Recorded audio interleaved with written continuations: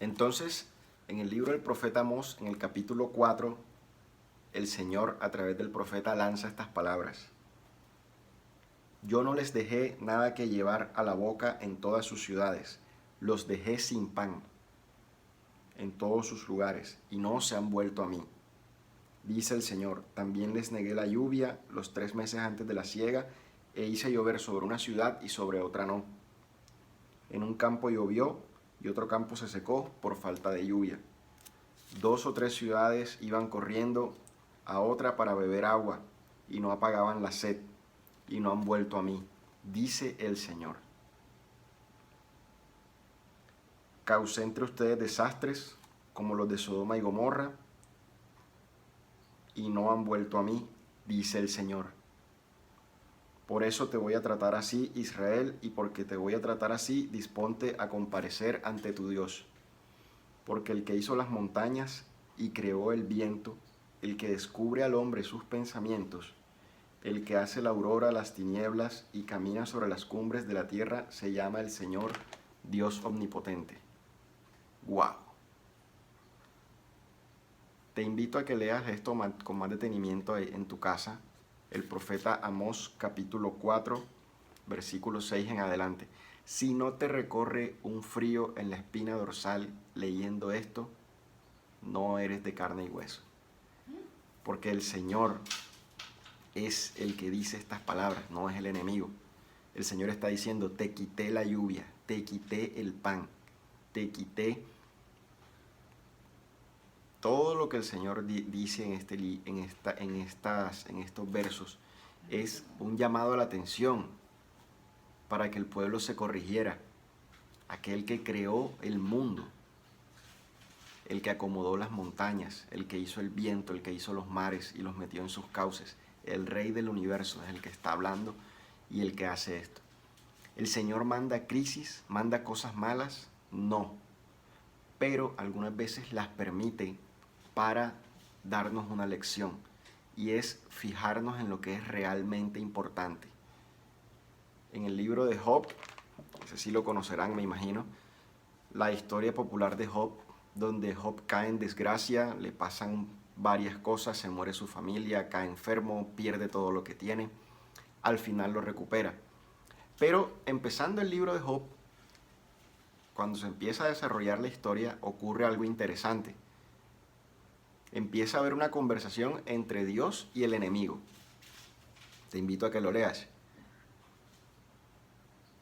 Job era un hombre muy próspero, pero era un hombre temeroso de Dios, conforme al corazón de Dios. Hacía las cosas bien, se esmeraba por ser respetuoso con el Señor.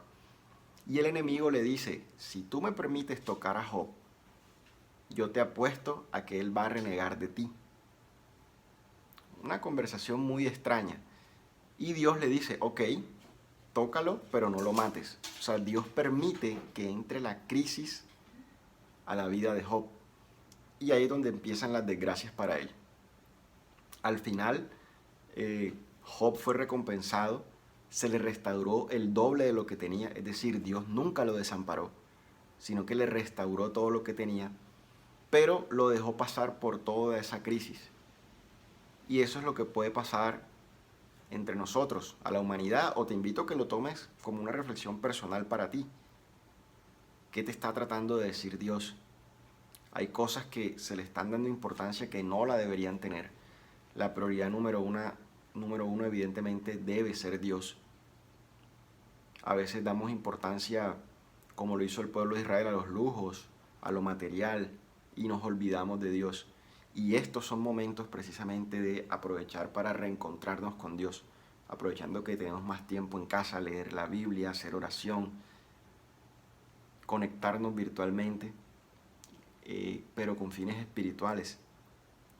Entonces ese es el llamado que a mi parecer Dios le hace a la humanidad, y en este sentido a ti específicamente, personalmente, para que cambiemos, para que redireccionemos los vientos.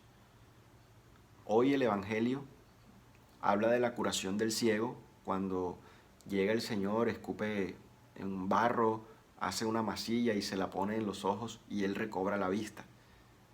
creo que en gran parte somos como ese ciego. A veces no vemos las cosas como deben ser y por eso es que no tenemos los grados de importancia bien claros. El primer lugar debe ser Dios, pero por nuestra ceguera, en el primer lugar tenemos otras cosas. Entonces, hoy sería bueno pedirle al Señor recobrar la vista espiritual para tener claras las prioridades, qué es lo que el Señor quiere, qué mensaje nos está tratando de dar como humanidad y como a nosotros ya directamente y específicamente en nuestro comportamiento, en nuestras actitudes, para que abramos los ojos espirituales y sepamos qué es lo que es realmente más importante y sepamos darle la prioridad a las cosas. Esta crisis va a pasar, Dios no va a dejar hundida a la humanidad, esta crisis va a pasar y una vez que pase debemos aplicar las enseñanzas que nos haya dejado esta crisis. Sería inaudito que una vez pasemos esta crisis sigamos siendo los mismos, actuando de la misma manera como veníamos actuando, con la inconsciencia que veníamos teniendo. Debemos corregir cosas con esta crisis. Y el amanecer que brillará opacará lo oscura que fue la noche. Así que esa es la invitación.